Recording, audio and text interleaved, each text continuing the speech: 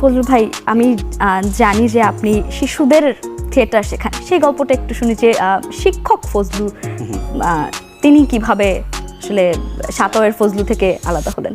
আপনি জানেন যে আমাদের আসলে ইন্ডাস্ট্রিতে নতুন শিল্পী সত্যিকার অর্থে প্রকৃত অর্থে শেখার যে নতুন শিল্পীটার অনেক অভাব রয়েছে।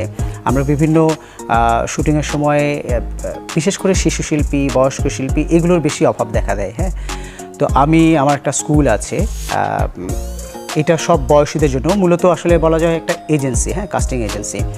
আমাদের বাংলাদেশে সেই অর্থে আসলে কোনো প্রপার কাস্টিং এজেন্সি নাই। যারা আছে তারা হচ্ছে বিভিন্ন আর্টিস্ট কোঅর্ডিনেটর, মডেল কোঅর্ডিনেটর, এরা নিজেরা ইন্ডিভিজুয়ালি কাজ জোগাড় করে বা আর্টিস্টদেরকে সুযোগ দেওয়ার চেষ্টা করে, কিন্তু প্রপার কোনো ইন্ডাস্ট্রি নাই। তো ওইটা থেকেই আমার একটা কাস্টিং ইন্ডাস্ট্রি তৈরি করার চেষ্টা। বিকজ অফ আমি নিজে তো অভিনেতা, আমি জানি যে একজন অভিনেতা হয়ে ওঠার গল্পটা অনেক দুরূহ, অনেক কষ্টের। তো এই পথটা একটু সহজ করার জন্য আমরা কাস্টিং এজেন্সি তৈরি করেছি।